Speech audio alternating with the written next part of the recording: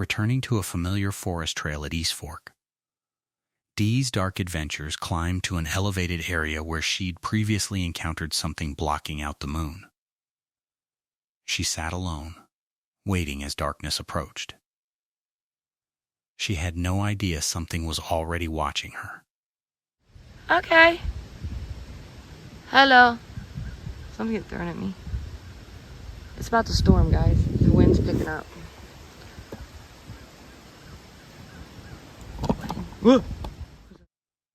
Something was thrown at her from the trees as wind picked up and a storm rolled in. She heard movement behind the camera, realizing something was circling her position. I swore I just saw one of those trees right there move. Where was it? Let me find it. It's like one of those right there. I swear it was. I was looking at that. And something jerked over there.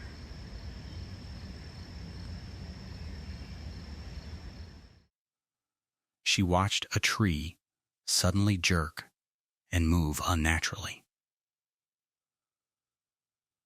Zooming in, she spotted something that looked like oil sheen waves. A black shape she couldn't see with her eyes, but appeared clearly on camera. Who's that? I heard a wood knock. Hello?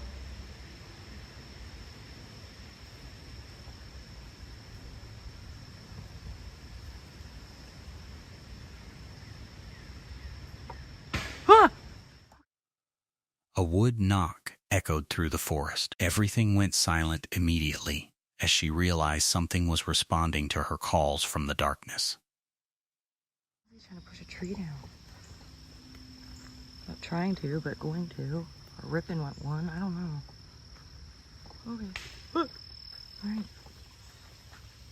I'm gonna get close to the edge because I know what they do here. They block you in.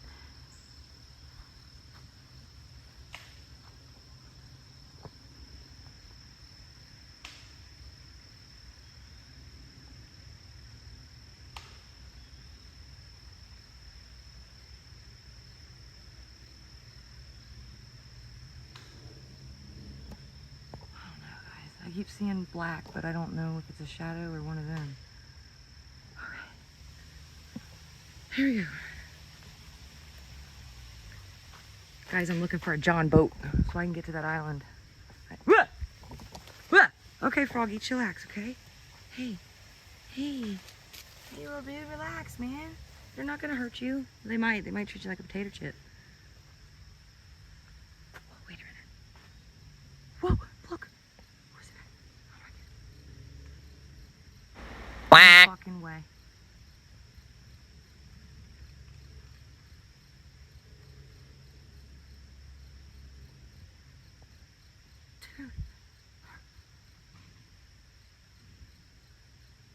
Dude. What?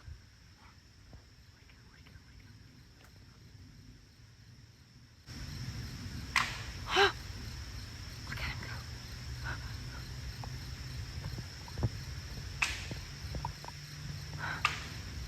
Sorry, I'm trying to hold still. No! Okay, no.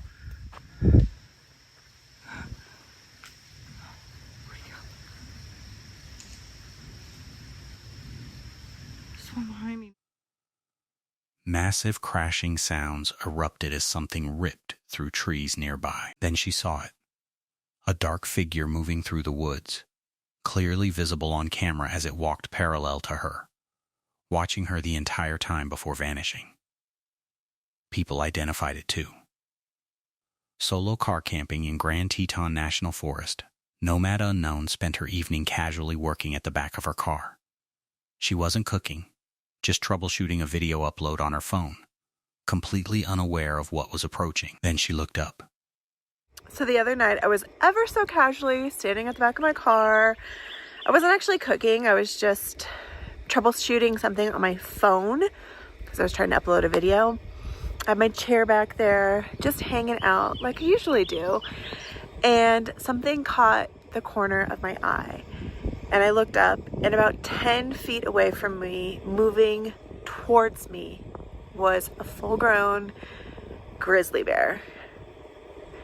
By time I rounded the corner to put the car in between me and the bear, it was probably like 6 feet away from me.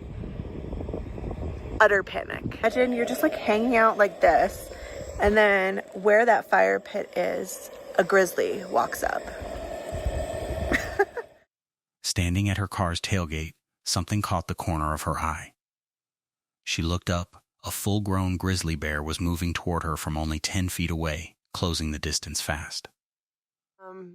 However, when I caught that movement out of the corner of my eye, I don't remember what happened, but my body moved before my brain fully processed. And then at some point out of my mouth, something like, "Oh my God, it's a grizzly." Because I remember I shouted grizzly so that other people would hear, because the first thing I remember is rounding the car by the tail light, because when I first saw the grizzly, it was like 10 feet away from me, but it was moving towards me, and it was probably like within 6 feet of me. And for me, I just needed to put something between us, because that was like the only defense that I could have at that moment. Like if I had stood there and grabbed the pepper spray or the bear spray and like pushed the safety off and triggered it, like I don't know that I would have had enough time to do that. For me, it felt like my instinct was just to move. And then I don't know where the bear went, because the next thing I knew, I was at the rear driver's side door, which had been open. And in there was sitting my smaller power station with my laptop on top of it. So I couldn't get in, but I was going to try to like reach across to grab the bear spray that was sitting there, but I couldn't do that without like basically diving headfirst halfway into the car. And I caught a glimpse of the grizzly at the front of my car. So it had like come around from the other side and sort of like followed me, I guess. I don't know what its intention was, obviously, but it was weird to me that it didn't just pass from the back, but now it was like on the side. So By the time she rounded her car to put it between them, the grizzly was within 6 feet. Her body moved before her brain processed.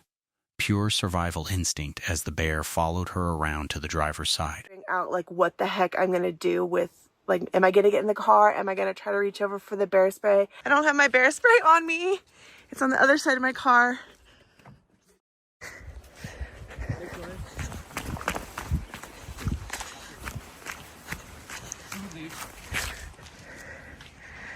Oh my God.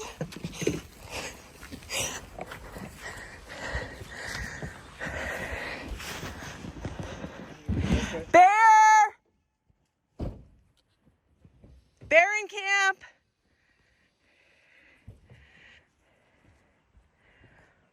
Do we need to go? Don't spray it. Do we need to go? Bear! Let's just pack everything up. Oh my God.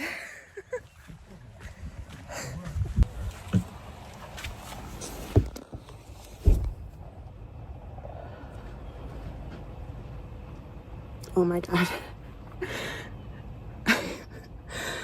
I'm shaking. She caught the grizzly on camera passing directly behind where she'd just been standing. The massive bear moved through camp as she screamed warnings to other campers who had no idea it was there. This bear was trying to attack me? No, but I also didn't feel like it was just like totally cool with me. And so I wanted to run, and I did start like moving kind of quickly. And then I had to catch myself to slow down, because I was like, you are giving chase right now. Like, stop, slow down, and turn around. So I did. So the video's a little bit all over the place, but at that point, I know that. Shaking uncontrollably after the encounter, she realized the bear had been within arm's reach. Her bear spray sat in the car, useless when her body reacted faster than her mind could process the threat. Exploring 3 abandoned ghost ships in a remote area, The abandoned camper decided to spend the night inside one, leaning precariously on rotting wood. She climbed aboard alone as the sun began setting. What started as adventure became an eerie overnight stay. So it definitely rocked. I mean, it is just sitting on tires, so let me try.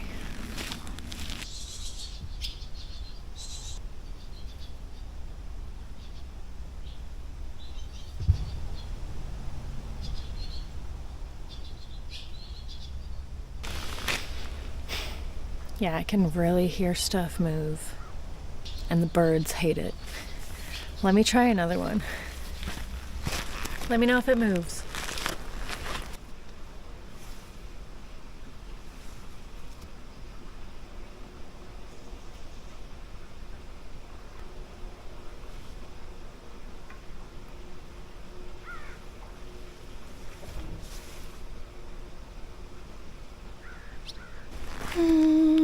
I definitely heard it moving.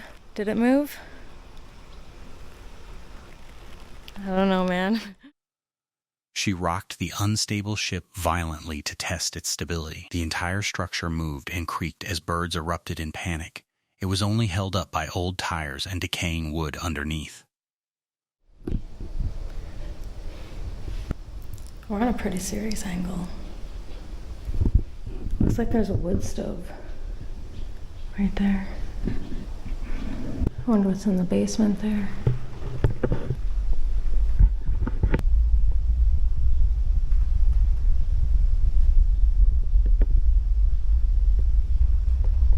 Every time I take a step, things creak. It is hot in here too. Lots of swallow nests, old trapping cages. Don't really know what that is. That might have been an engine up there. It's a beautiful view. You can see the angle we're on.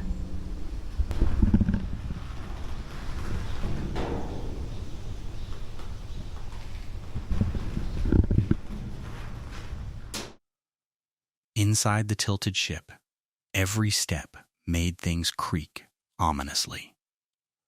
The angle was severe, swallow nests everywhere, trapping cages scattered around as the hull groaned with each movement in the stifling heat. It kind of looks like it drops down. Like, what is over there? Look at me. Just can't resist, can I?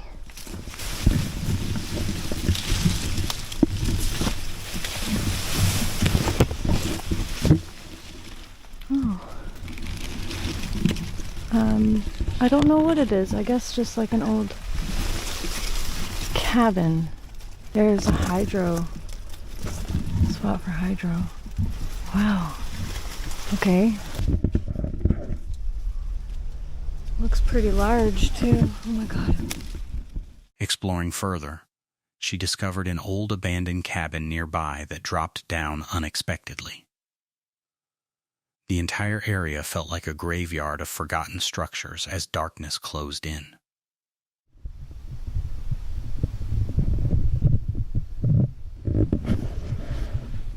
Alright guys, I'm tucked away for the night in the ghost ship. I'm gonna watch my movie now and I'll catch you guys in the morning. Good night.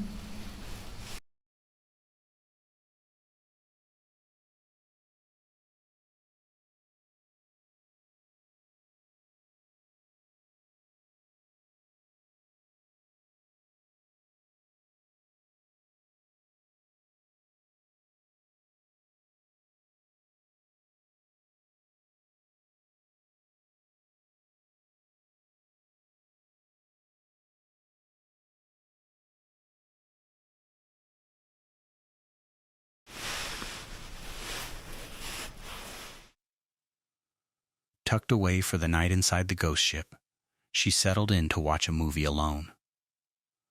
The hull creaked around her in the darkness, as she lay in a structure that could collapse at any moment, her discovery and bravery taking audience confidence at higher level. Solo camping in a historic cemetery dating back to the 1600s, explore with me. Marlowe C. set up his sleeping pad directly beside ancient headstones. No tent, no shelter, just a tarp and the dead surrounding him. He had no idea what would happen after midnight. I don't know.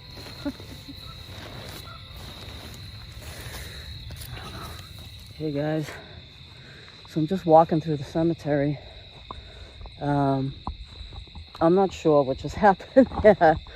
I'm not claiming any kind of paranormal or any kind of anything, but I just got overwhelmed and I started crying, and I had to shut the camera off because I started bawling my eyes out for no reason, and I don't understand why. While eating dinner peacefully, he suddenly broke down crying uncontrollably for no reason. He had to shut the camera off as overwhelming emotion consumed him. Something he couldn't explain was affecting him in the cemetery. And this thing just kind of caught my attention because it went off. All right, it's green right now, but as it was sitting there, there's no reason for this to go off. It just went off. So, what this is, it's an EMF detector, all right? If nobody knows what this is, it picks up electromagnetic frequencies. I am going to say that it's not my phone because I do have it on airplane mode. It's not seeking a signal. I have nothing with me that's like emitting any kind of electrical, anything. This light, nothing's having any kind of impulses or anything like that. So, but this thing did go off earlier, and I don't know. So maybe I thought I just saw it go off. I don't know. I mean, is anybody here with me?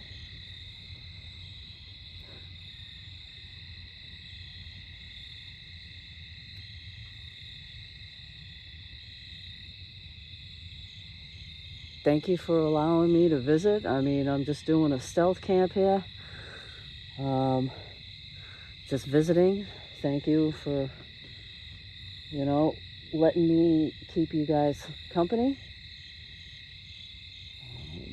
What this is just a device that allows me to let me know that you might be here and present.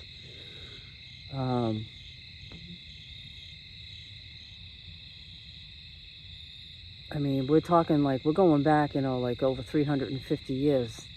Whoever's laid to rest here, they've never seen these kind of devices. His EMF detector suddenly activated on its own beside the headstones. With his phone on airplane mode and no electrical devices nearby, the meter blinked repeatedly as he asked if someone was there with him.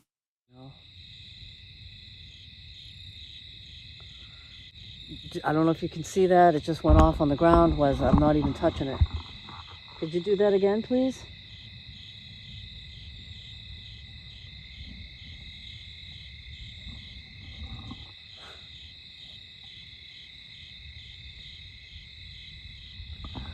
All right, I'm not getting anything right at them.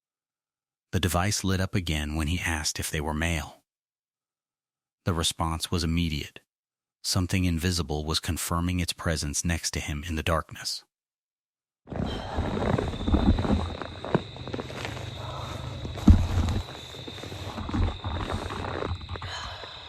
How you doing, guys?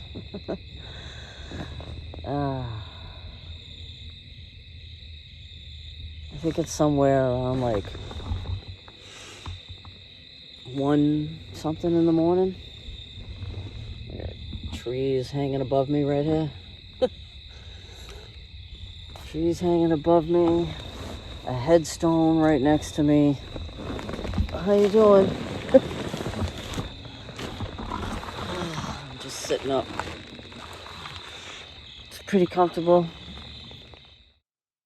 Around 1 a.m., he woke up sliding off his pad. Sitting up alone, surrounded by headstones and hanging trees, he heard scurrying sounds moving through the cemetery as shadows from grave lights played tricks on his eyes. On her first solo backpacking trip of 2025, Nomad Unknown hiked into Arizona's Superstition Mountains searching for water sources.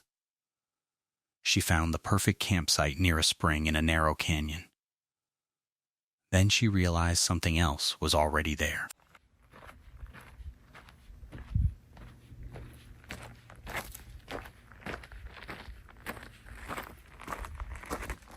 What is this? Like bloody tracks of some sort. All the way. Well, we should definitely follow them. Of course, they're leading in the other direction. Is there a crime scene up here? Weird. I don't see an origin. Oh, here's more. Okay. Through here. Let's see. Here they continue. Let's follow. That's a long way.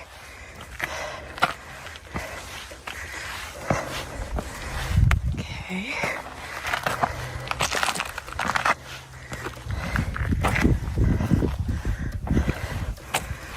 It's up there. Actually, there are still some faint signs of blood along the trail here. Nothing here. Oh, there's some on a rock right there where my head shadow is. Following bloody tracks along the trail for hundreds of feet, she discovered they led deeper into the canyon. The drops were fresh, and she had no idea what was bleeding or where it was hiding. I'm not gonna lie, I'm feeling a little nervous about this camp. Yeah, I just feel a little uneasy about it. Maybe it's just been such a long time since I've camped out in a tent in a place that I'm not familiar with, that the feeling is coming from that, but also part of my logical mind just reasons that, you know, I'm here because of the proximity to water, and the wild animals that live in this area have the same interest. And when I first got here, I heard some rustling of what I'll say is a mammal up the hill just away. And yeah, it makes me nervous. I mean, this is definitely a established campsite for humans, but also just in the tree right above my tent is bird feathers. And looks like something happened to the bird. And I didn't discover that until after I just finished setting up the tent. But whether I'm right here or over there, I don't know that it makes much of a difference. And there's also an odor. I don't know if somebody just didn't handle their business properly and did it too close to camp, or I don't know if I'm smelling an animal or something, but I'm a little bit disturbed. But this is where I'm camping for tonight, so time to suck it up, buttercup, you know?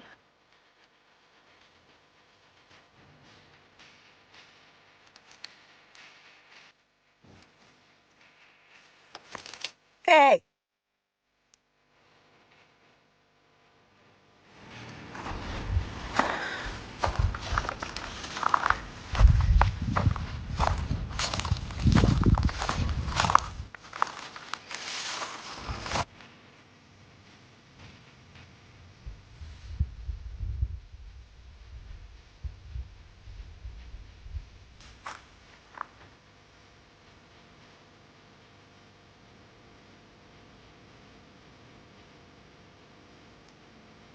Get out of here!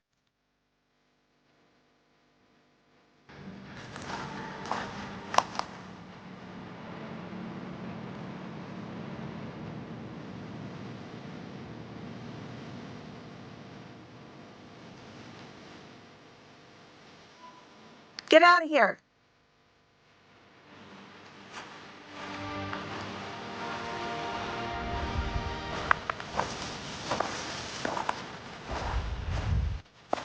Okay, whatever that is, it is not intimidated by me, and I can't see anything, but I can hear it, and hopefully you can hear it too, to know I'm not crazy. I got 1 liter of water. I'm getting out of here. I'm not staying here tonight. Are you freaking kidding me? It's not even dark yet. I'm out of here. After setting up camp near the spring, she heard loud rustling in the bushes. She yelled to scare it away, but whatever was there refused to leave and kept making noise, completely unafraid of her presence. Yeah. I'm not trying to be dramatic, I swear. Like, I heard some stuff when I first got there, and I figured I had scared it away. And even though it smelled weird and I was feeling nervous, I was like, mind over matter. It's fine. You're fine. Just tell yourself you're fine. I got about 1 liter of water out of that spring. Would have loved to get more, but that fact that whatever that animal was making that much noise. It was not a bird. It was not birds. And it was not intimidated by me at all. So I know there's no way I would be able to sleep there tonight. I mean, there's a spot right here. Like I would feel even more comfortable, but not doing it. I'm just gonna hike for a while back out the way I just came. And I do intend to camp here tonight because there's no way I'll make it out of the canyon or out of the wilderness back to the car before dark. So The animal's aggressive behavior terrified her. It wasn't intimidated at all, making constant noise she couldn't identify. With only 1 liter of water left, she abandoned camp entirely before dark, refusing to stay another minute. no, I'm not paranoid. That's fresh scat.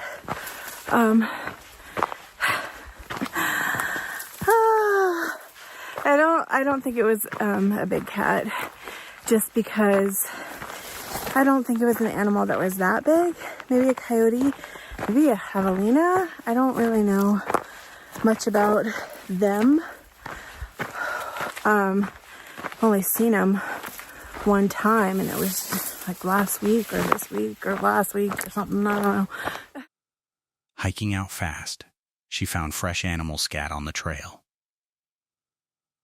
Something had been territorial about that campsite, and she'd never know if it was stalking her or protecting a kill nearby. She got some people with same experience. A solo thru hiker on the Appalachian Trail frequently stayed in trail shelters during her journey. Shared structures offering protection from storms, these shelters seemed like the perfect solution for a woman hiking alone. Until she learned what really happens inside them at night. That asking a couple questions helped us determine that we were not going to be staying in a shelter because the guy who was in there was mentally unstable. In 2019, James Jordan killed Ronald S. Sanchez Jr., otherwise known as Stronghold, at a campsite on the Appalachian Trail. Around 2 weeks prior to that incident, we did meet James Jordan at a shelter. I have a video explaining that entire situation, and I will link that above. Anyways, after spending 15 minutes of talking with Jordan, we found him to be very mentally unstable, and we did not want to stay in the shelter with him. We decided that we would pack up our things and move along down the trail. Even though it was hailing and raining, we stayed. After talking with a mentally unstable man at one shelter, she realized sleeping among strangers made her extremely vulnerable. Despite hail and rain outside, she packed up and hiked away alone rather than stay with him overnight. At Hilton Shelter, there was a hiker there, I will not name, who snored so loudly. Literally, guys, his snore sounded like a semi-truck horn. It was incredible how loud his snore was. Sleeping pads, no matter what space-like technology that gear companies use, will make some sort of noise. And you have a couple people turning and tossing in their sleep on their sloppy sleeping pads, on their sleeping pads in the shelter. And that's gonna be a lot of noise to ignore for a light sleeper.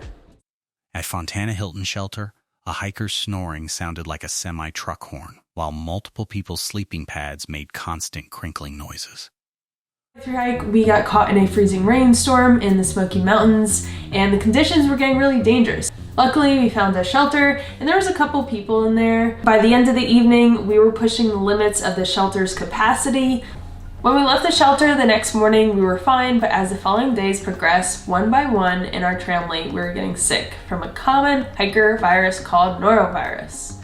Norovirus causes inflammation of the intestines and stomach, which results in vomiting and intense diarrhea. Typically, people get noro when having contact with an infected person, contaminated surface, or food and water. Most everyone in our tramley got norovirus except for Smiley, who is a strict tent camper and did not stay in the shelter that night. So yeah, that's really gross, and it really stinks when you get norovirus, and it usually is passed along. Caught in a dangerous freezing rainstorm, she sheltered with strangers overnight. Days later, everyone who stayed inside got violently sick with norovirus. And mice just running across my sleeping bag multiple times at night. One time during a section hike, a mother mouse and her babies decided my friend's bag, which was hanging, by the way, decided that would be a great nesting place for her and her babies. It was really gross. I'm a little reluctant to tell you guys this story, but I once heard this horror story, it wasn't the actual person, I don't know who it was, but a hiker was about to go to bed, so they put on chapstick, and then they went to bed. I woke up and a mouse was chewing on her lips. It's so gross. Mice ran across her sleeping bag multiple times at night. One hiker woke up to a mouse chewing on her chapstick, covered lips while she slept, and their dried feces became airborne dust spreading disease.